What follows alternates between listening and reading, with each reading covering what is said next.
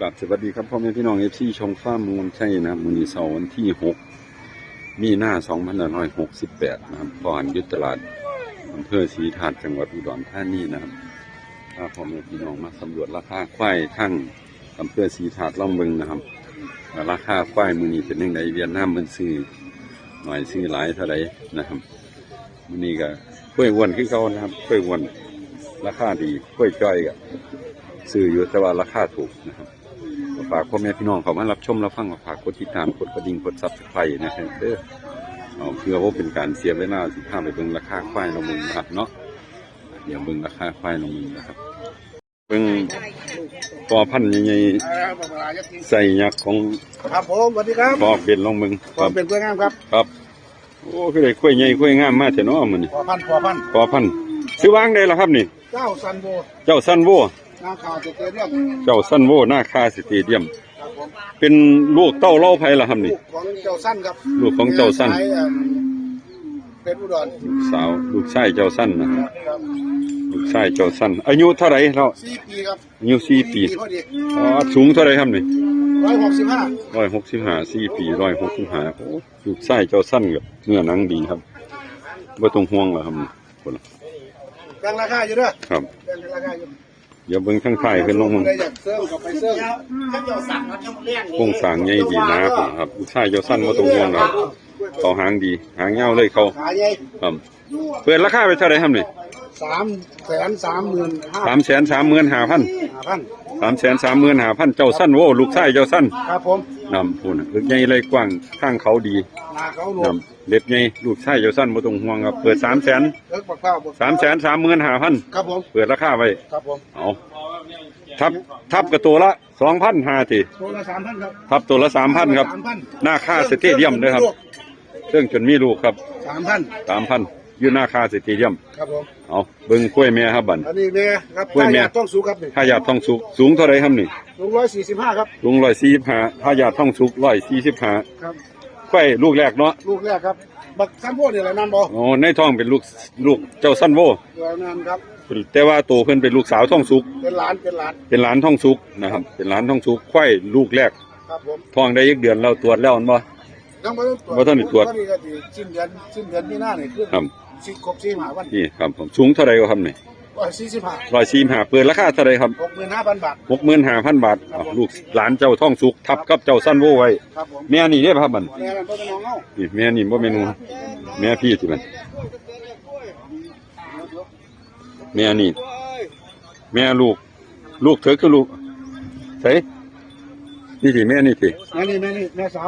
สาวสูงเท่าไรครับนี่141บวก41ครับผม141บวกลูกเบิ่มพันล้านเอกสารการเกิดครบลูกเบิ่มพันล้านสูง141ครับผมฟันแท้คู่นึงลูกสาวเบิ่มพันล้านผสมแล้วสูง141ผสมเจ้าซันโวไว้สิยังบ่ผสมพร้อมที่จะผสมครับพร้อมที่ผสมลูกสาวเบิ่มพันล้านเปิดราคาเท่าไหร่ครับนี่30,000เพียงนะแม่น30,000ครับผมบาทลูกสาวเบิ่มพันล้านฟันแท้คู่นึงตัวใดครับบัดตัวนี้ครับสาวน้อยนี่ตัวมีกล้วยอยู่คอกบ่คือเอามาหลายแต่ว่นหมดยังอยู่แม่ลูกวันด้วยแม่สาวน้อยลูกเก่าเจริญลูกสาวน้อยแม่สาวน้อยลูกเฒ่าเจริญสูงเท่าไหร่เนาะ130ลำตัวเหี่ยวหางดีท้ายดีลำตัวเหี่ยวท้ายดีลูกสาวเก่าเจริญครับผมลูกสาวเก่าเจริญเปิดราคาเท่าไหร่เนาะครับ27,000 บาท27,000 บาทครับผม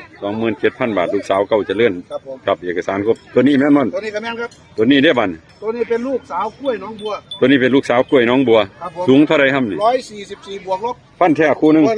144บวก144บวกประกัน144นะครับลูกสาวกล้วยน้องบัวท้องกับท้องกับเจ้าซันโวไว้แล้วครับ3 เดือน4 เดือนรับประกันท้องให้ฟันแท้คู่นึงประกันตำหนิครับอันนี้เปิดราคาเท่าไหร่ครับมันบ่แพงครับตัวนี้เปิดไว้57,000 บาท57,000 บาทต่อรองได้ครับต่อรองได้นะครับพอเป็นเหมาตลาดเลยมื้อนี้กล้วยงาม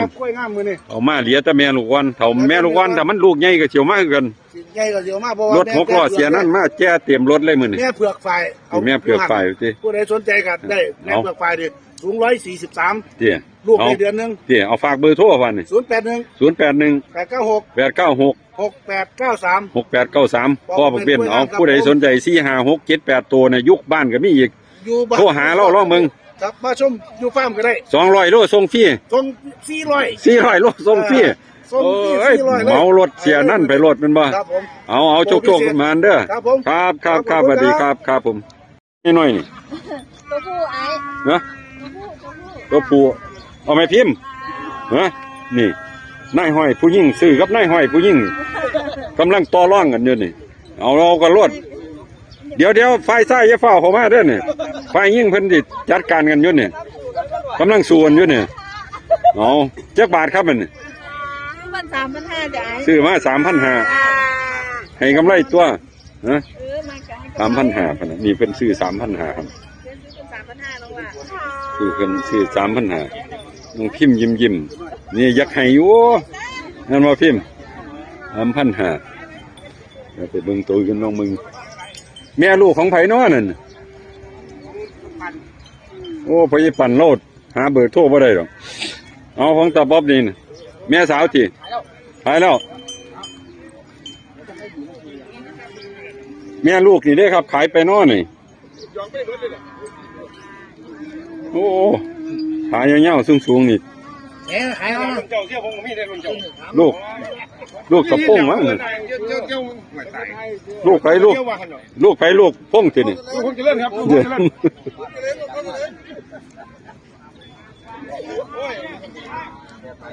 แม่ลูกผูครับนี่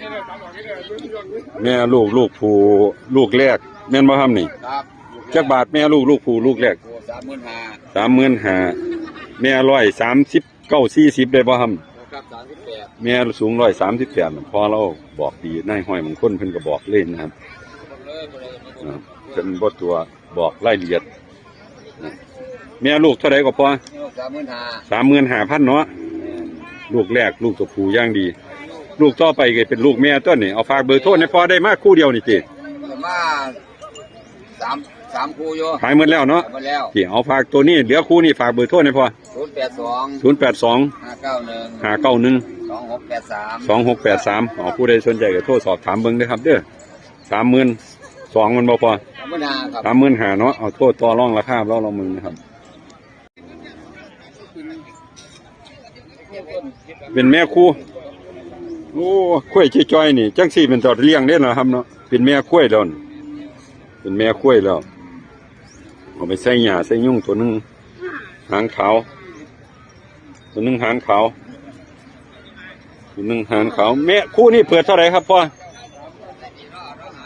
35,500เห็นบ่คู่นี่ท้องว่างเดี๋ยวเนาะไปใส่นั่นเนาะเอาฝากเบอร์โทรให้หน่อยพ่อเบอร์โทรป้าหมวกไล่มาห้วยใส่ของเจ้าตัวใดนี่ฮะนี่สิ ตัวนี้ไอ้ สี่ตัวแม่ลูก แม่ลูกครับ แม่ลูกครับแม่ลูกลูกแม่ตินี่ แม่ลูกแม่ครับ แม่103หายเด้อเนาะ ครับแม่135อยู่แม่นี่อยากได้19,000 แม่ลูก19,000 ครับ19,000 บาทครับแม่ลูกแม่ย่างดีนะครับ ตัวนี้16,000 ข้าวไปล่างยังต่อเราค่าน้ำค่าในก็จังโทรมาต่อเราอันนี้ได้ครับแม่ลูกนี่ 16,000แม่ลูก อันนี้16,000แม่ลูกเสือคือลูกแม่ ลูกแม่หมดครับ ลูกแม่หมดอันจังสี่แม่สูงเท่าไหร่นี่ พวกแม่135บ่33บวกลบเนาะ ครับ133 แม่นี่สิ35บวกลบอยู่ดอกนี่แม่นี่เท่าไหร่19,000 19,000 บาทครับ แม่นี่ได้บัด 16,000 16,000ลูกแม่ทั้งโตทั้งสอง ทั้งสอง ค่าไปล่างก็ยังโทรมาหาเราเบิ่งว่าค่าผมไปล่างไปซื้อออกค่าแฟบค่าเชื่อมคู่จังโทรมาต่อร่องเราเอาฝากเบอร์โทรไว้นะครับ 088ครับ 088 5111 5111 225ครับ 225เอาผู้ใดสนใจโทรสอบถามต่อร่องราคาเบิ่งเอาโชคๆกันมาเด้อครับเด้อครับตัวละ10,000กว่าบาทขนาดแม่ลูกแม่ย่างดีนี่คือสูงดีฮะสูงเท่าไหร่ครับแม่มันสูงเท่าไหร่ครับนี่143ลูกแรกสิครับนี่ค่อยลูกแรกสูงแม่สูง143แม่เพิ่นเป็นลูกพ่อใดล่ะครับนี่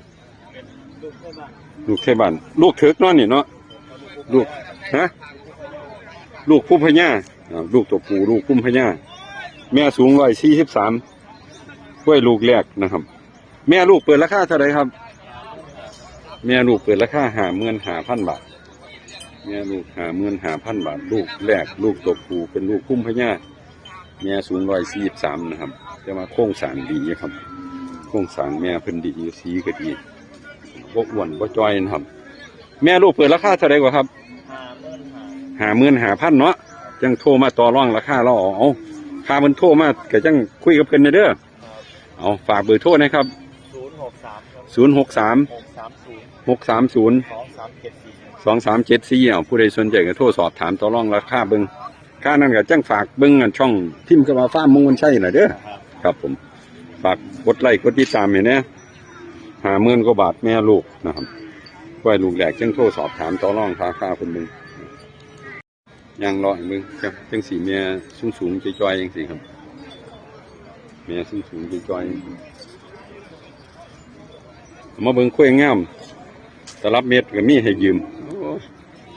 ตลับเม็ดก็พร้อมเดี๋ยวถามเราก่อนเรื่องให้เราวัดเรื่องให้แม่ลูกแม่สิครับนี่แม่ลูกแม่ป้าดเขาแม่มันลูกตัวใดติดแม่นี่ลูกวันเจริญลูกตัวที่ไหนของแม่นี่ลูกตัวที่3ติดแม่ลูกสาวเป็นลูกวันเจริญแม่สูงเท่าไหร่ครับแม่สูง147แม่สูง147นะครับลูกสาวติดเป็นลูกวันเจริญ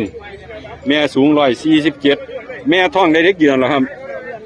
แม่ท้องกับพ่อใดไหมครับแม่ท้องกับเบาหัวแก้วไข่ดอนลูกแก้วฟ้าเนาะเบาหัวแก้วเนาะแม่สูง147อันนี้แม่สูง147ทัดกับวันเจริญไข่ดอนไว้แล้ว4-5 เดือนแล้วนะครับรับประกันท้องได้เนาะบัดนี้ลูกสาวนี่ติดนี่เป็นลูกวันเจริญตัวติดแม่เนี่ยเป็นลูกสาวเป็นลูกวันเจริญนะครับแม่สูง147นะครับแม่ลูกเปิดราคาเท่าไหร่ครับ79,000 บาทแม่ลูกเปิดราคาไป79,000 บาทแต่ว่าเป็นดอกเป็นเลี้ยงครับโครงสร้างดีแต่ว่าขาดน้ำเลี้ยงน้อยนึงยืดเธอเลยดี77,000 บาท79,000เนาะเอาฝากเบอร์โทรนะครับ065 985 7836เอาผู้ใดสนใจก็โทรสอบถามต่อรองเนี่ยได้มากคุณแม่ลูกนี่สิครับได้มากแม่ลูกเอาจังไปส่งเพิ่นเด้อค่าเพิ่นโทรมาเอาโชคๆมันหมานเด้อครับเด้อแม่วงเขางามพุ่นแม่เพิ่นอัตลักษณ์ครบครับวงเขางามครบขั้นซ้อนดีอุ้มบาทก็ได้หน้ายกเธอเลยครับแม่ลูก79,000 บาทแม่ท้องกระเบาหัวแก้วได้4-5 เดือนเพิ่นรับประกันให้ลูกตัวแม่ติดเป็นลูกวันเจริญนะครับ79,000 บาทต่อรองได้เด้อครับเด้อได้มาได้ใส่เด้อฮะเป็นลูกผสมสูงเท่าไหร่ครับนี่135ไป14-15 เดือนนะครับแม่สาวหน่อยฟันน้ำนมแม่เพิ่นเป็นมูลาไป14-15 เดือนสูง130 กว่าดอกเนาะ135นะครับ130ป้าเขาค่าหลายเป็นไดเกิดไว้29,500 บาทแม่สาวน้อยลูกผสมนะครับพ่อเพิ่นเป็นลูกเต้าเจริญครับพ่อเพิ่นเป็นลูกเต้าเจริญแม่เป็นสายต่างก็เลยสูงดีมาไทยหมดแล้วนะครับผมก็14-15 เดือนสูงเท่าไรก็135 บวกเปิดราคาไว้29,500เอาฝากเบอร์โทรนะครับ086 983 6548เอาผู้ใดสนใจมาอ้วนชุมแพ100 โลทรงที่โทรหาสอบถามได้ต่อรองราคาได้ครับเสียอ้วนนะครับ29,500นี่นครับโอ้เป็นดอกไว้ครับคุณเอาโชคๆประมาณนะครับเด้อครับผมครับแม่ลูกผู้ที่พอโอ้ค่อยลูกแรกสิครับลูกตัวแรกแม่สูงไง137 ที่ดอกเนาะลูกตัวผู้เนี่ยเป็นค่อยลูกแรกครับแต่ว่าหน้าเขาดีคุณล่ะหน้าเขาอ้างดีอยู่ครับบ่ได้ล่างบ่สาดเลยนะครับแม่ลูกเปิดราคาเท่าไหร่ล่ะพ่อเท่าไหร่ครับ 35,000 บาทนะครับเดี๋ยวพ่อ 35,000 บาทแม่ลูก35,000 บาทเราห้องไว้ซื้อนะครับเฮ้ยพ่อฝากเบอร์โทรไว้นะครับ093 237 1051เอาผู้ใดสนใจก็โทรสอบถามมึงเท่าไหร่ก็แม่ลูกครับ35,000เนาะฮอนเนาะเอาโชว์กันมาได้พอเด้อ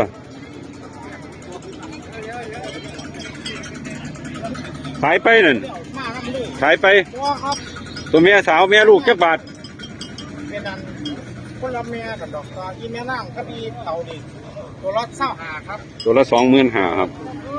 ตัวละ25,000 บาทนะครับอันนี้แม่อายุประมาณลูก4ตัวนี่ลูก4ตัวนี่แหละครับประมาณลูก4ตัวนะครับกับเมียสาวตัวละเท่าไหร่ก่อนนี่25,000นั่นบ่นี่ครับตัวละ25,000ตัวละ25,000 บาทเลือกเอาตัวใดก็ได้นะครับได้ก็ได้ครับที่นี่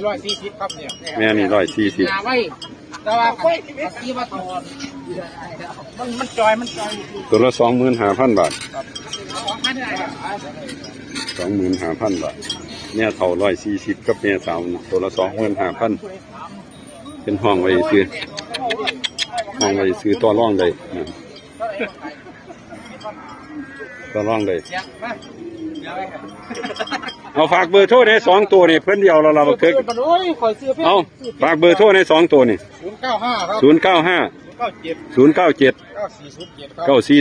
อาผู้ใดสนใจโทรสอบถามมึงตัวละ25,000 บาทเนาะตัวอะไรเอาโชคๆมันครับ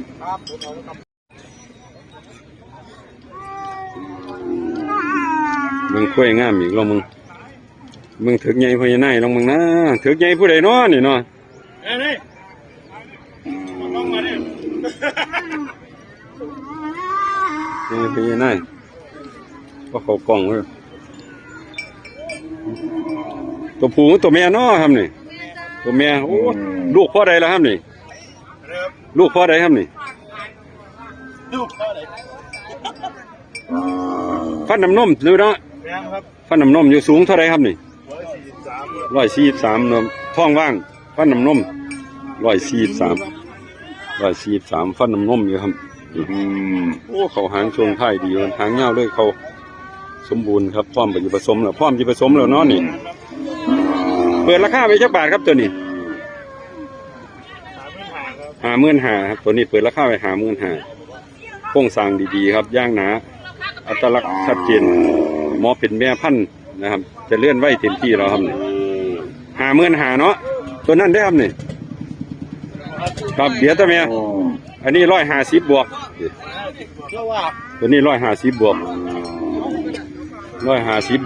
เล่ารับประกัน150 บวกหน่อยบวกหลาย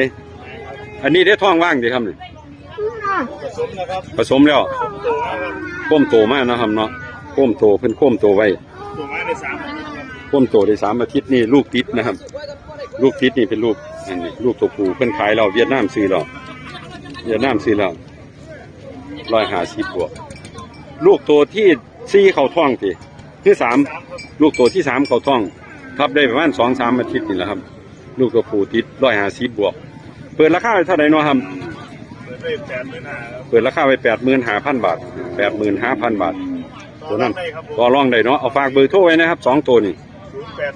082 845 3877เอาผู้ใดสนใจก็โทรสอบถามต่อรองราคาเบิ่งเอาโชคๆกันมาเด้อครับเด้อ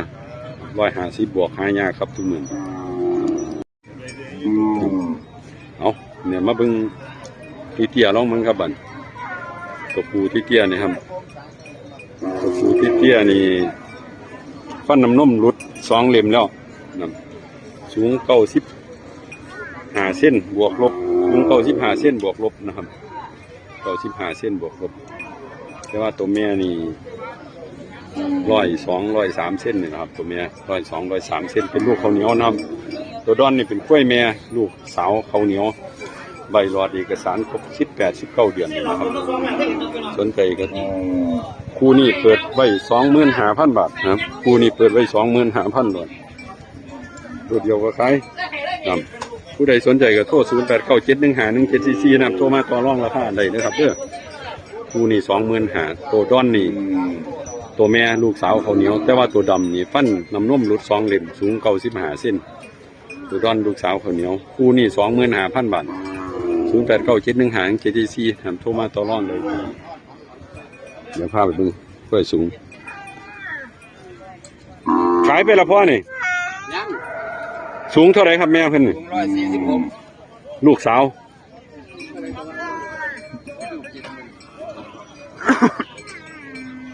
ลูกสาวติดแม่สูง146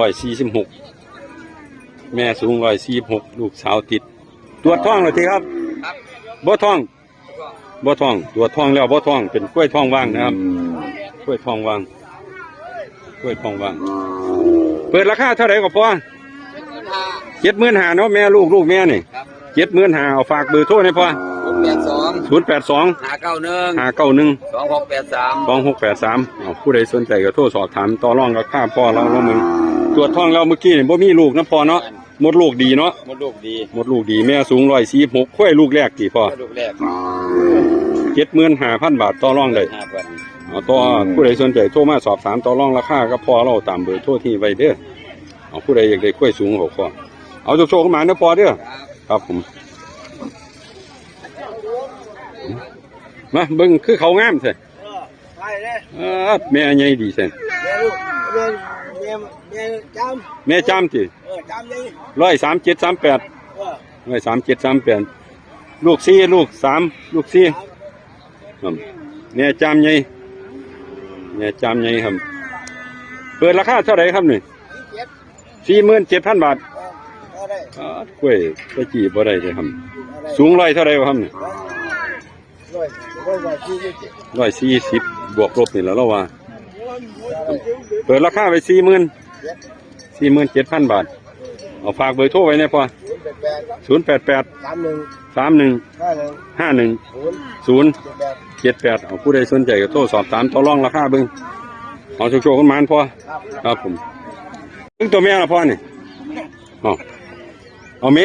เอารถตัวท้ายเป็นก้อน ห่วยเปิดเท่าบาทละพ่อนี่ แม่สาวน้อย16ติอ๋อแต่เรื่องก็ต่อคนต่อ16 16,000 บาทปะนะเราห้องไว้กล้วยแม่สาวน้อย ตัวหนาๆลำๆนะ 16,000 บาท 16,000 บาทรอ่าถ3,000มา เป็นตัวกันอยู่ ไว้หน่อยแบ่งผมไปตัวนึงเนี่ย เป็นตัวกันอยู่ครับคนขึ้นอยู่5,000เอาฝากเบอร์โทรไว้ได้ป่ะ061 174 074 9190เอาผู้ใดสนใจโทรสอบถามมึงห้องไว้16ต่อรองได้พอแล้วว่าต่อรองราคาได้ได้ของเจ้าเหลือยังนี่ ผมก็เหลือยังหรอกครับ นี่แหละครับคือบรรยากาศตลาดอำเภอศรีธาตุจังหวัดอุดรธานีนะครับมื้อนี้เช้าวันที่6มีนา2568พาพ่อแม่พี่น้องมาสำรวจราคาเบิ่งนะครับกล้วยอ้วนกล้วยจ้อยนะครับเอาฝากพ่อแม่พี่น้องเด้อครับเข้ามารับชมรับฟังเอาฝากกดติดตามกดกระดิ่งกดซับสไครต์ด้วยครับเด้อเพื่อสิบ่ได้พลาดชมคลิปของตลาดนั่นตลาดนี้ไปเรื่อยๆนะครับพาพ่อแม่พี่น้องไปเบิ่งราคาควายตลาดนั่นตลาดนี้ไปเรื่อยๆนะครับสำหรับมื้อนี้คือสิขอจบคลิปไปเพียงเท่านี้พ่อแม่พี่น้องอย่าเจ็บอย่าไข้อย่าจนลำเรื่อยๆสุขุทุกคนโชคดีนะครับลำเรื่อยๆนะครับเด้อขอได้รับความขอบคุณจากช่องฟ้ามุนชัยสวัสดีครับ